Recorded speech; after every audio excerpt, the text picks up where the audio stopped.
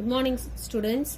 In the previous video, we learnt about journal. That is, what is journal you learnt, and now we are going to work out the sums related to journal. So for that, first you have to learn the format of journal. Yes, here is the format. For the format, first you have to start with the heading. That is, journal of. For every sum, you have to write this line as the first step. That is, journal of. Then you have to write the name. That is, whether Mr. or Mrs. or Miss, that you have to write along with their name, and this will be given in the question.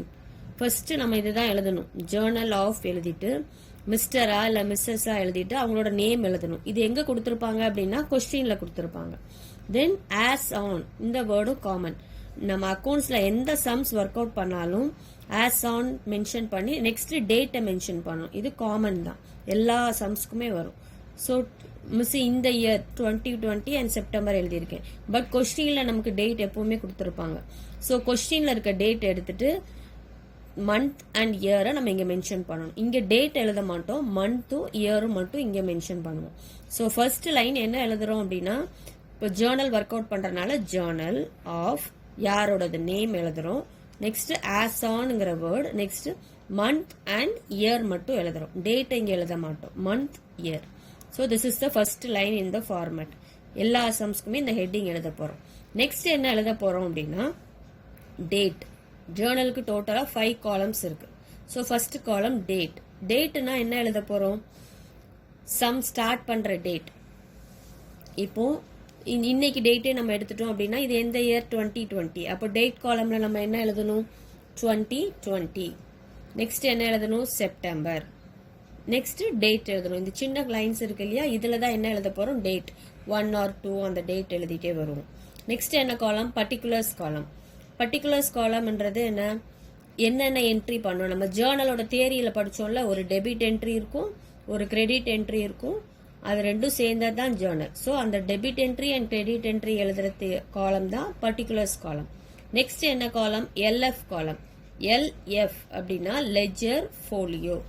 Ledger ஃபோலியோன்றது page number, ஃபோலியோனா page number. So ledger ஃபோலியோன்றது page நம்பரை இங்கே mention பண்ணுவோம். ஆனால் நம்ம accounts நோட்டில் அந்த பேஜ் நம்பர்ஸ் மென்ஷன் பண்ண மாட்டோம். பட் இந்த காலம் மட்டும் ப்ரொவைட் பண்ணுவோம், எல்எஃப். இந்த பேஜ் நம்பர் சிஸ்டமில் ஒர்க் அவுட் பண்ணும்போது தான் அக்கௌண்டிங்க்கு யூஸ் ஆகும். நெக்ஸ்ட் என்ன காலம்னா டெபிட் காலம். லாஸ்ட் காலம் கிரெடிட் காலம். டெபிட் காலம்ன்றது நம்ம என்னெல்லாம் பிஸ்னஸில் ரிசீவ் பண்ணுவோமோ அதெல்லாம் எழுதுறது தான் டெபிட் காலம். என்னெல்லாம் பிஸ்னஸை விட்டு வெளியில போறதோ அது எல்லாமே தான் கிரெடிட் காலம். ஸோ இது ரெண்டுமே அமௌண்ட் காலம்ஸ். ஸோ நமக்கு ரிசீவ் ஆகிற அமௌண்ட் இங்கே எழுதுறோம், பிஸ்னஸை விட்டு போகிற அமௌண்ட் அவுட் கோயிங் அமௌண்ட்ஸை இங்கே என்டர் பண்ண போகிறோம். ஸோ இது ரெண்டுமே அமௌண்ட் ரிலேட்டட் காலம்ஸ்ன்றதுனால நெக்ஸ்ட் லைனில் ருபீஸ் சிம்பிள் போட்டிருக்கோம். இது நம்மளுடைய நியூ ருபீஸ் சிம்பிள், உங்கள் எல்லாருக்கும் தெரியும்னு நினைக்கிறேன். ஸோ ருபீஸோட சிம்பிள் அமௌண்ட் காலமில் மென்ஷன் பண்ணணும். ஸோ இந்த 5 காலம்ஸ் சேர்ந்தது தான் ஜேர்னலோட ஹெட்டிங். ஃபர்ஸ்ட் ஹெட்டிங் இந்த லைன் எழுதுறோம், நெக்ஸ்ட் இந்த ஹெட்டிங்ஸ் எல்லாம் எழுதணும். இது எல்லாமே சேர்ந்தது தான் ஃபார்மேட். இதை தான் என்னன்னு சொல்றோம், ஃபார்மேட்னு சொல்லுவோம், இல்லை ஸ்பெசிமன் அப்படின்னு கூட சொல்லலாம். ஸோ ஸ்பெசிமன் ஆஃப் ஜேர்னல் அப்படின்னா இது எல்லாமே எழுதணும். ஃபார்மேட் ஆஃப் ஜேர்னல்னாலும் இதை எழுதணும். இதை எழுதிட்டு இது கீழே தான் நம்ம சம்ஸை ப்ரொசீட் பண்ண போறோம். நம்ம இப்போ ஜேர்னல்ல எப்படி என்ட்ரி பண்றதுன்றத பார்க்க போறோம். ஃபார் எக்ஸாம்பிள், டேட் காலம்ல எப்படி என்டர் பண்ணணும், இந்த இயர் 2020 ஃபர்ஸ்ட் இயர் மென்ஷன் பண்ணிடும். நெக்ஸ்ட் என்ன மந்த், செப்டம்பர். ஸோ இங்க செப்டம்பர். இன்னைக்கு டேட் என்ன, 5. அப்போ இந்த சின்ன காலம்ல என்ன எழுதணும், 5. ஸோ ஃபர்ஸ்ட் இயர் மென்ஷன் பண்றோம், நெக்ஸ்ட் மந்த் மென்ஷன் பண்றோம், நெக்ஸ்ட் டேட். இந்த சின்ன காலம்ஸ்ல டேட் மென்ஷன் பண்ணும். இந்த ப்ரொசீஜர்ல தான் டேட் காலம் ஃபில் பண்ண போறோம். நெக்ஸ்ட் என்னது, பர்டிகுலர்ஸ் காலம். பர்டிகுலர்ஸ் காலம்ல இப்போ டேட் 5னா இதுக்கு நேராக தான் ஸ்டார்ட் பண்ணணும்.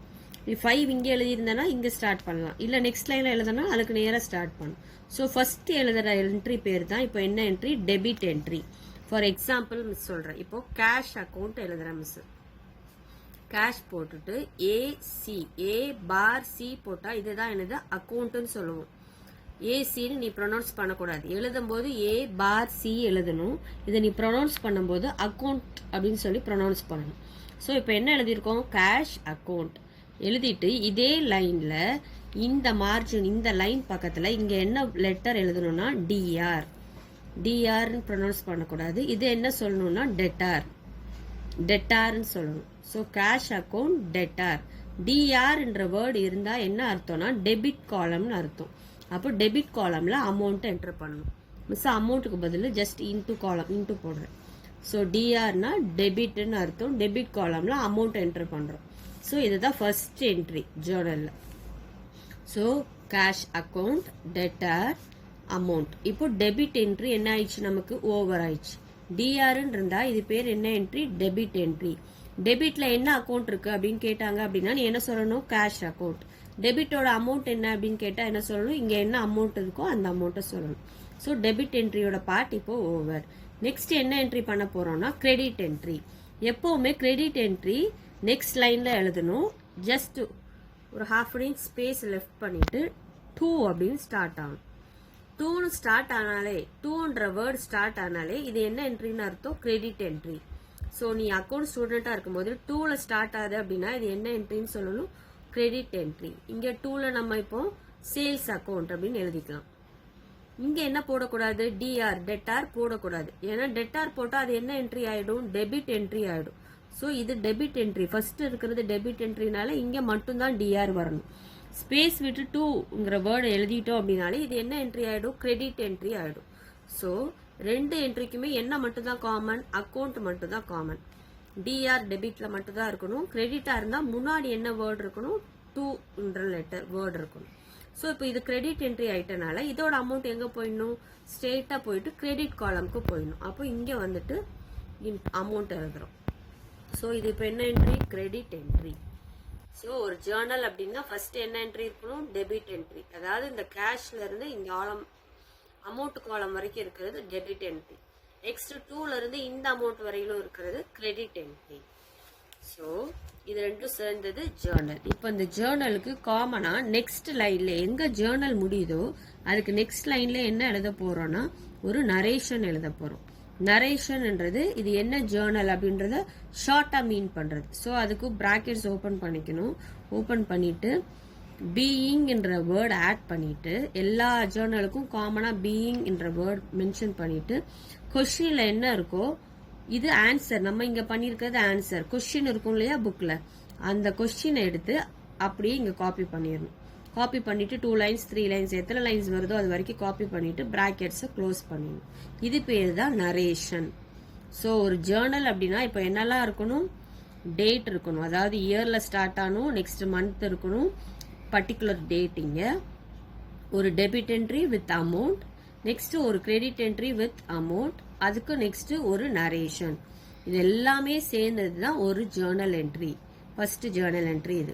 இங்க நம்ம சீரியல் நம்பர் எதுவுமே மென்ஷன் பண்ண மாட்டோம், டேட்டை தான் மென்ஷன் பண்ணுவோம். இது வரைக்கும் நீ அக்கௌண்டிங் ஈக்குவேஷன் சம்ஸ் போடும்போது ஃபார்மேட் படி எதுவுமே போடல. பட் ஜேர்னல் என்ட்ரி போடும்போது அக்கௌண்டிங்கோட ஃபார்மேட்டை நீ ஃபாலோ பண்ற. இந்த காலம்ல டேட்னா இங்க தான் எழுதணும், டெபிட்னா இங்கே தான் இருக்கணும் அமௌண்ட், கிரெடிட் காலம்னா இப்படி தான் எழுதணும். It is accounting rule. நீ இதை ஃபாலோ பண்ணி தான் எழுதணும். அக்கௌண்டிங் ஈக்குவேஷன் மாதிரி நார்மலா இதில் சம்ஸ் போட முடியாது, இதை தான் ஃபாலோ பண்ணணும். இன்னொன்று நீ என்ன தெரிஞ்சுக்கணும்னா டெபிட் என்ட்ரின்றது என்ன மீன் பண்ணும் அப்படின்னா நம்ம பிஸ்னஸ்ல என்னெல்லாம் ரிசீவ் பண்றோமோ அதெல்லாம் டெபிட் என்ட்ரி, டெபிட்ல என்டர் பண்ணுவோம். எதெல்லாம் பிஸ்னஸை விட்டு வெளியில போதோ அவுட் கோயிங்கோ அதெல்லாம் கிரெடிட் என்ட்ரியில பண்ணணும். எப்படி ஞாபகம் வச்சுப்போனா ஃபர்ஸ்டா இருக்க லைன்ல நம்ம பிசினஸ்ல நமக்கு ரிசீவ் ஆறது, செகண்டா இருக்க லைன் நம்மளை விட்டு நம்ம பிசினஸை விட்டு வெளியில போறது. ஸோ இது எப்படி நம்ம ஃபைண்ட் அவுட் பண்ணுவோம்னா கொஸ்டின்ல இருந்தே ஃபைண்ட் அவுட் பண்ணுவோம். கொஸ்டின்ல இருந்து ஏதாவது ஒரு என்ட்ரி நமக்கு கிடைச்சிரும். ஸோ இன்னொரு என்ட்ரி நம்ம அண்டர்ஸ்டாண்ட் பண்ணி போடணும், அதுதான் ஜேர்னல். ஸோ எப்படி என்ட்ரி பண்ணணும் அப்படின்றத நீ தெரிஞ்சுக்கிட்ட அப்படின்னா சம்ஸ் போட்டுடலாம். Okay children, next I have given some hints for journal entry. That is, journalல questionல இருந்து எப்படி answers find out பண்ணணும், என்ன hints யூஸ் பண்ணலாம், shortcut மிஸ் கொடுத்துருக்கேன். ஸோ ஹின்ஸை எக்ஸ்பிளைன் பண்ணுறேன், லிசன் பண்ணிக்கோ. இந்த ஹின்ஸ் எல்லாமே நல்லா தெரிஞ்சு வச்சுட்டேன்னா ஜேர்னல் ஒர்க் அவுட் பண்ணுறதுக்கு ஈஸியாக இருக்கும். ஸோ ஃபர்ஸ்ட் ஒன் என்ன, பர்ச்சேஸ் குட்ஸ் இல்லைன்னா பாட் குட்ஸ். இந்த ரெண்டு வேர்ட் எங்கே மென்ஷன் ஆயிருக்கும்னா கொஸ்டின்ல இருக்கும். ஃபார் எக்ஸாம்பிள் இப்போ பானுனா பானு பர்ச்சேஸ் குட்ஸ், இல்லை பானு பாட் குட்ஸ் அப்படின்றது கொஸ்டின்ல மென்ஷன் ஆகிட்டு இருக்கும். ஸோ இந்த ரெண்டு வேர்ட்ஸுமே நீ பார்த்த அப்படின்னா நம்ம இதை என்ன அக்கௌண்ட் அப்படின்னு எழுதணும்னா பர்ச்சேஸ் அக்கௌண்ட் அப்படின்னு எழுதணும். ஏசின்னா அக்கௌண்ட், மிஸ் முன்னாடியே சொல்லியிருக்கேன். ஏசின்றது அக்கௌண்ட். நீ ஏசின்னு மென்ஷன் ப்ரொனவுன்ஸ் பண்ணக்கூடாது, எழுதும்போது ஏசின்னு எழுதணும், பட் இது அக்கௌண்ட்ஸ்ன்னு சொல்லணும். ஸோ எந்த வேர்டை பார்க்குற நீ? Purchase goods. கூட்ஸ்ன்றது இம்பார்ட்டன்ட். கூட்ஸ்ன்னு ஒரு அக்கௌண்ட் கிடையாது. ஸோ பர்ச்சேஸ் கூட்ஸ்ன்னு கொடுத்துருந்தாங்கன்னா நம்ம என்ன எழுதணும்? Purchase account. இல்லை பாட் கூட்ஸ் அப்படின்னு கொடுத்துருந்தாலும் நம்ம என்ன எழுத போகிறோம்? Purchase account. இந்த பர்ச்சேஸ் அக்கௌண்ட்ன்றத எந்த என்ட்ரியில் பண்ணுவோம்னா டெபிட் சைடு. 2 லைன்ஸ் பார்த்தோம்ல. ஃபர்ஸ்ட் பார்த்த லைன் டெபிட் என்ட்ரி, செகண்டா பார்த்த லைன் கிரெடிட் என்ட்ரி. அதாவது ஃபர்ஸ்ட் ஒரு அக்கௌண்ட் பார்த்தோம், நெக்ஸ்ட் 2 போட்டு ஒரு அக்கௌண்ட் பார்த்தோம். ஸோ ஃபர்ஸ்ட் இருக்கிறதா டெபிட் என்ட்ரி. ஸோ இங்கே தான் என்ன அக்கௌண்ட் வரும்? Purchase account. இது கான்ஸ்டன்ட், எப்பவுமே சேஞ்ச் ஆகாது. பர்ச்சேஸுங்கிற வேர்டு வந்தாலே எப்பவுமே பர்ச்சேஸ் அக்கௌண்ட்டை டெபிட்ல தான் எழுதணும், வேற எங்கேயுமே வராது. ஸோ பர்ச்சேஸ் அக்கௌண்ட் டெபிட்ல எழுத போறோம். நெக்ஸ்ட் ஹிண்ட்ஸ் என்னன்னா பாட் ஃபர்னிச்சர். இங்க என்ன பார்த்தோம்? பாட் கூட்ஸ். கூட்ஸ்ன்னு கொடுத்தாதான் பர்ச்சேஸ். இங்க என்ன வேர்டு இருக்கு? ஃபர்னிச்சர். அதாவது அசட் கொடுத்துருப்பாங்க. ஃபர்னிச்சர் இல்ல லேண்ட் இல்ல மிஷினரி அப்படின்ற அசட் மென்ஷன் பண்ணியிருந்ததுன்னா அந்த அசட்டை வச்சுதான் அக்கௌண்ட் எழுதணும். ஸோ இப்போ பாட் ஃபர்னிச்சர் இருந்ததுன்னா ஃபர்னிச்சர் அக்கௌண்ட் தான் எழுதணும், அசட் அக்கௌண்ட்னு எழுதக்கூடாது. அதை பார்த்த உடனே அசட்ன்றதை நீ ஜட்ஜ் பண்ணி கண்டுபிடிக்கணும். ஃபர்னிச்சர்ன்றது அசட், லேண்ட்ன்றது அசட், மிஷினரி கொடுத்துருந்தா அது அசட். ஸோ அந்த அசட் கொடுத்துருந்தாங்கன்னா அசட் அக்கௌண்ட்டை தான் நீ எழுதணும். ஃபர்னிச்சர்னா ஃபர்னிச்சர் அக்கௌண்ட்னு எழுதணும். லேண்ட் கொடுத்துருந்தா லேண்ட் அக்கௌண்ட், மிஷினரின்னு கொடுத்துருந்தாங்கன்னா மிஷினரி அக்கௌண்ட்னு எழுதணும். ஆனால் குட்ஸ்ன்னு இருந்தால் நீங்கள் என்ன வேர்டு யூஸ் பண்ணணும்? பர்ச்சேஸ். ஆனால் இங்கே அசட், என்ன அசட் கொடுத்துருக்காங்களோ அந்த அசட்டோட அக்கௌண்ட்டை மென்ஷன் பண்ணணும். இது டெபிட்டா கிரெடிட்டான்றது என்ட்ரியை பொறுத்து டிஃபர் ஆகும். ஸோ பர்ச்சேஸ் வந்து கான்ஸ்டன்ட்டாக டெபிட்டில் வரும், அதனால மிஸ் இது டெபிட் என்ட்ரின்னு சொல்லிட்டேன். பட் இது வந்து டிஃபர் ஆகும். என்ன அக்கௌண்ட்டில் எழுதணுன்றதை மட்டும் ஞாபகம் வச்சுக்கோ. தேர்ட் என்ட்ரி என்ன? தேர்ட் ஹிண்ட்ஸ் என்ன? Sold goods. இது எல்லாமே பாட், வாங்கியிருக்கோம். இதெல்லாம் என்னது? சோல்டு. நம்ம குட்ஸை சோல்ட் பண்ணியிருக்கோம். சோல்டு குட்ஸ்ன்னு கொஸ்டின்ல கொடுத்துருப்பாங்க, இல்லைன்னா சேல் ஆஃப் குட்ஸ்ன்னு கொஸ்டின்ல இருக்கும். ஸோ இந்த ரெண்டு வேர்டும் நீ பார்த்த அப்படின்னா அது என்னன்னு எழுதணும்? சேல்ஸ் அக்கௌண்ட்னு எழுதணும். நம்ம இங்க பார்த்தோம் பர்ச்சேஸ் அக்கௌண்ட் எப்பவுமே எங்க வரும்? டெபிட்ல. அப்போ சேல்ஸ் அக்கௌண்ட் எங்க வரப்போகுது? கிரெடிட்ல. இது ரெண்டும் நீ எப்படி மேட்ச் பண்ணி பார்ப்ப? மிஸ் ஏற்கனவே சொல்லியிருக்கேன், நம்ம பிசினஸ்ல என்னெல்லாம் ரிசீவ் ஆகுதோ அதெல்லாம் டெபிட்ல போடணும், பிசினஸை விட்டு என்னெல்லாம் போகுதோ அதெல்லாம் எங்க போடணும்? கிரெடிட்ல. பர்ச்சேஸ்ன்றது வாங்கிட்டு வரோம், நமக்கு வருது, அதனால அதை எங்க போடுறோம்? டெபிட்ல போடுறோம். சேல்ஸ்னா நம்ம சேல்ஸ் பண்ணிருக்கோம், நம்ம பிசினஸை விட்டு போக போகுது, அப்போ அதை எங்க எழுதணும்? கிரெடிட்ல. 2 பக்கத்துல எழுதுவோம்ல, கிரெடிட்ல எழுதணும். ஸோ சேல்ஸ் அக்கௌண்ட் எப்பவுமே கிரெடிட்ல வரணும். நெக்ஸ்ட் ஹிண்ட் என்னன்னா when a check is received it is treated as. கொஸ்டின்ல செக் ரிசீவ்டு அப்படிங்கிற வேர்டு கொடுத்திருந்தாலே அதை நம்ம என்ன எழுதணும்னா கேஷ் அக்கௌண்ட் அப்படின்னு எழுதணும். ஏன்னா செக் ரிசீவ்டு அக்கௌண்ட் அப்படின்னு ஒரு அக்கௌண்ட்டே கிடையாது. செக்கை ரிசீவ் பண்ணியிருக்கோம் அப்படின்னா என்ன அர்த்தம்? யாராவது நமக்கு செக் கொடுத்துருக்காங்க, அப்போ அதை நம்ம பேங்க்ல ப்ரெசென்ட் பண்ணும்போது நமக்கு அது என்னவா கிடைக்கும்? கேஷா தான் கிடைக்கும். ஸோ அதை நம்ம என்ன அக்கௌண்ட்னு எழுதிக்கிறோம்? கேஷ் அக்கௌண்ட்னு எழுதுறோம். ஸோ செக் ரிசீவ்டுன்ற வேர்டை கொஸ்டின்ல நீ பார்த்தாலே அதை என்னன்னு எழுதணும்? கேஷ் அக்கௌண்ட்னு எழுதணும். நெக்ஸ்ட் ஹிண்ட்ஸ் என்ன? Paid by cheque. இங்க என்ன பார்த்தோம்? Received cheque. இங்க என்ன பண்ணிருக்காங்க? Paid by cheque. இப்போ நம்ம பே பண்றோம். எப்படி பே பண்றோம்? கேஷா பே பண்ணல. எப்படி பே பண்ண போறோம்? செக் மூலமா பே பண்றோம். அப்போ அதை என்னவா எடுத்துக்கணும்? Bank account. ஏன்னா நம்ம செக் கொடுத்துருக்கோம்னா நம்ம பேங்க் அக்கௌண்ட்ல இருந்தா நம்மளோட அமௌண்ட் போக போகுது. ஸோ அதை என்னன்னு எழுதணும்? பேங்க் அக்கௌண்ட்னு என்டர் பண்ணணும். ஸோ கொஸ்டின்ல செக் ரிசீவ்டுன்னு இருந்ததுன்னா அதை கேஷ் அக்கௌண்ட்னு என்டர் பண்ணணும். இதெல்லாம் டெபிட்டா கிரெடிட்டான்றது டிரான்சாக்ஷன் பொறுத்து தான் சேஞ்ச் ஆகும். ஸோ அதை கன்ஃபியூஸ் பண்ணிக்காத. கொஸ்டினை பார்த்தோன்னே என்ன அக்கௌண்ட்ன்றதை மட்டும் ஐடென்டிஃபை பண்ண கற்றுக்கோ. செக் ரிசீவ்டு அப்படின்னா கேஷ் அக்கௌண்ட், செக் பேடு இல்லை பேடு பை செக் அப்படின்னா பேங்க் அக்கௌண்ட். நெக்ஸ்ட் என்ன வேர்டுனா if the word full settlement is given. கொஸ்டின்ல ஃபுல் செட்டில்மெண்ட்ங்கிற இந்த வேர்டு கொடுத்துருப்பாங்க, நல்லா நோட் பண்ணிக்கோ. ஸோ கொஸ்டின்ல ஃபுல் செட்டில்மெண்ட்ங்கிற வேர்டு கொடுத்துருந்தாங்கன்னா நீ என்ன அக்கௌண்ட் எழுதணும்னா டிஸ்கவுண்ட்.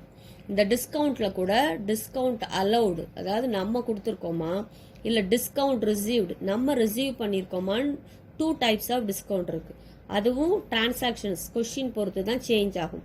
பட் நீ அதை ஐடென்டிஃபை பண்ணிக்கிறதுக்காக மிஸ் சொல்கிறேன். ஸோ கொஸ்டினில் ஃபுல் செட்டில்மெண்ட்டுங்கிற வேர்டு இருந்தால் என்ன அக்கௌண்ட் வரணும்? Discount account. The next hint, 7th one is, this is NEFT, அதாவது நெஃப்ட்னு சொல்லுவோம் ஷார்ட்டா. இது எல்லாமே நீ காமர்ஸில் 11th காமர்ஸில் டீட்டெயிலாக படிப்பேன். நெஃப்ட்ன்றது நேஷ்னல் எலக்ட்ரானிக் ஃபண்ட் ட்ரான்ஸ்ஃபர், அமௌண்ட்டை ட்ரான்ஸ்ஃபர் பண்ணுறது. ஸோ இது பேங்கிங் மூலமாக தான் அந்த ட்ரான்ஸ்ஃபர் நடக்கும். ஸோ நெஃப்ட்ன்ற வேர்டு கொஷினில் இருந்தது அப்படின்னா நீ என்ன எழுதணும்? Bank account. நெக்ஸ்ட் என்ன வேர்டு? ஆர்டிஜிஎஸ். கொஷினில் இந்த மாதிரி ஷார்ட்டாகவே கொடுத்துருப்போம். ஆர்டிஜிஎஸ்னா என்ன? Real time gross transactions. So ஆர்டிஜிஎஸ்ன்ற வேர்டு கொஸ்டின்ல இருந்தது அப்படின்னா நீ என்ன எழுதணும்? Bank account. நெக்ஸ்ட் என்ன? இதுக்கு மிஸ் அப்ரிவேஷன் சொல்லல, real time gross settlement. Next one ECS. ECS உங்க எல்லாருக்குமே தெரியும். ஸோ கொஸ்டின்ல இசிஎஸ்ன்ற வேர்டு இருந்தாலும் bank account. Next net banking. Net பேங்கிங்ன்ற வேர்டு கொஸ்டின்ல இருந்தா கூட bank account. Next credit card, debit card. இந்த வேர்ட்ஸ் இருந்தாலும் பேங்க் அக்கௌண்ட். ஸோ இதில் எந்த வேர்டு கொஸ்டினில் இருந்தாலும் ஒரு கொஸ்டின்லையும் each question one word will be given. So if these words are given in the question, you have to write it as bank account. இதில் எந்த வேர்டு கொஸ்டினில் கொடுத்துருந்தாலும் நம்ம பேங்க் அக்கௌண்ட் அப்படின்னு எழுதணும். Next hint is personal use. கொஸ்டினில் personal யூஸ்ன்ற word இருந்தது அப்படின்னா டிராயிங்ஸ் அக்கௌண்ட்டு நம்ம மென்ஷன் பண்ணணும். ஸோ பர்சனல் யூஸ்ன்றது என்ன? ஏற்கனவே டிராயிங்ஸில் மிஸ் எக்ஸ்பிளைன் பண்ணியிருக்கேன். பிஸ்னஸ்ல இருந்து ஓனர் அவரோட பர்சனல் யூஸ்க்காக எடுத்தாரு அப்படின்னா அதுதான் டிராயிங்ஸ். ஸோ கொஸ்டினில் பர்சனல் யூஸ்ன்ற வேர்டு இருந்தால் நம்ம டிராயிங்ஸ்ன்னு எழுதிக்கணும். Next hint is started business. அதாவது பிஸ்னஸை ஸ்டார்ட் பண்ணுறதுக்கு நான் அமௌண்ட் இன்வெஸ்ட் பண்ணேன் அப்படின்னாலே அது கேபிட்டல் தான். ஸோ ஸ்டார்டட் பிஸ்னஸ்ன்ற வேர்டு இருந்தது அப்படின்னா அது கேபிட்டல் அக்கௌண்ட்ஸ். கேபிட்டல் அக்கௌண்ட் எப்போவுமே எந்த என்ட்ரியில் வரும்னா கிரெடிட் என்ட்ரி. அதாவது 2 என்ட்ரிஸ் பண்ணுவோம்ல, இங்கே 2 வச்சு ஸ்டார்ட் ஆகுமே, இந்த என்ட்ரி தான் கிரெடிட் என்ட்ரி. இங்கே தான் என்ன எழுதணும்? நம்ம எப்போவுமே கான்ஸ்டண்ட்டாக கேபிட்டல் அக்கௌண்ட் 2 என்ட்ரியில் தான் வரும். அதுக்காக தான் இங்கே கிரெடிட் போட்டிருக்கேன். நீ எப்படி ஞாபகம் வச்சுப்போனா கேபிட்டல் சி, அப்போ கிரெடிட்டுக்கும் சி, சி இப்படி ஞாபகம் வச்சுக்கோ. ஸ்டார்டடுக்கு இன்னொரு வேர்டு கமென்ஸ்ட். கமென்ஸ்டு பிஸ்னஸ் அப்படின்னாலும் என்ன மீனிங்? ஸ்டார்டட் இருந்தால் அர்த்தம். கமென்ஸ்டுங்கிற வேர்டு இருந்தாலும் கேபிட்டல் அக்கௌண்ட் கிரெடிட்ல தான் வரும். ஸோ இதெல்லாம் மிஸ் உங்களுக்கு கொடுத்துருக்க ஹின்ஸ். இந்த ஹின்ஸ் எல்லாமே நீ நல்லா தெரிஞ்சு வச்சுட்ட அப்படின்னா ஜேர்னல் சம்ஸ் கடன்னு ஈஸியாக ஒர்க் அவுட் பண்ணிடலாம். ஸோ நீ இப்போ பண்ண வேண்டிய ஒர்க் என்ன அப்படின்னா ஜேர்னலோட ஃபார்மேட் கொடுத்தோம் இல்லையா, அதை நல்லா லேர்ன் பண்ணு. நெக்ஸ்ட் இந்த ஹின்ஸ் 9 ஹின்ஸ் கொடுத்துருக்கேன் இல்லையா, இதுவும் நல்லா லேர்ன் பண்ணிக்கும். இது ரெண்டுமே லேர்ன் பண்ணிட்ட அப்படின்னா நெக்ஸ்ட் கிளாஸ்ல இருந்து நம்ம சம்ஸ் ஒர்க் அவுட் பண்ணிடலாம். ஜேர்னலோட சம்ஸ் ஒர்க் அவுட் பண்ணலாம்.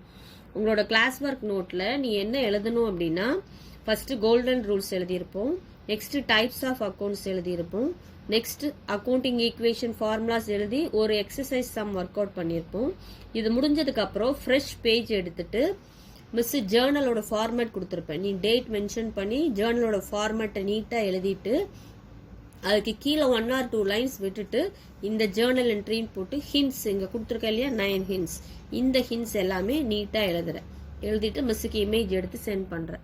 நிறைய ஸ்டூடெண்ட்ஸ் இன்னும் கோல்டன் ரூல்ஸ் கூட எழுதி எனக்கு இமேஜஸ் சென்ட் பண்ணலை. ஸோ ஸ்கூல் ஓப்பன் ஆகிறப்போ எனக்கு இதில் எல்லாமே எழுதி சென்ட் ஆயிருக்கணும். ஸ்கூல் ஓப்பன் ஆன உடனே மிஸ் நோட் செக் பண்ணுவேன். எழுதி சென்ட் பண்ணாத ஸ்டூடெண்ட்ஸ் எழுதி சீக்கிரமாக சென்ட் பண்ணுவேன். Okay, thank you students.